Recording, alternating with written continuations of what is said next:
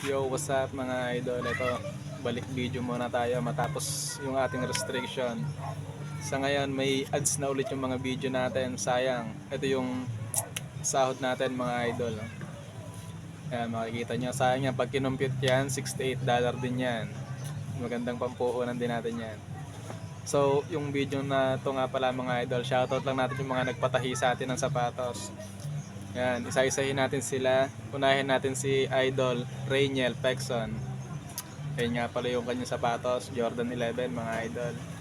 Goods na yan, pwede na niyang gamitin sa panlaro yan. Sumunod naman natin mga idol si Maynard Anore. Yan, Kobe. Next natin si Kuya Marvin Lasida. Ayun yung kanyang sapatos, tinahin na natin yan mga idol. Sunod natin mga idol, panay sapatos to. Ayan si Idol Hernie Torres. Yan, isa sa mga player ng Kaingin. Sunod naman si pinsan Ate Iris. Ayun nga pala yung sapatos niya mga idol. Sunod natin, dalawang sapatos ang pinatahe, si Kuya Denver.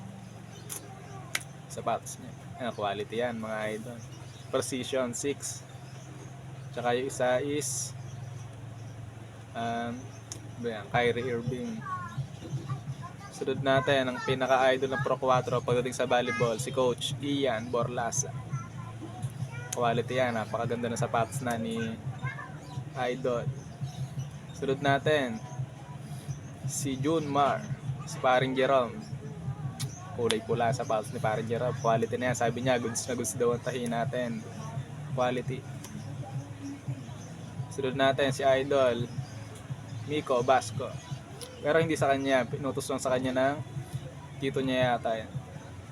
Goods na yan, pantrabaho. And then yung kay Kuya Brian, sa anak naman niya yan, boots. Yan, kinain natin tahin niya. And then last natin si Paring Ronnie. Ayun na yung Kyrie mga pare. Goods na yan.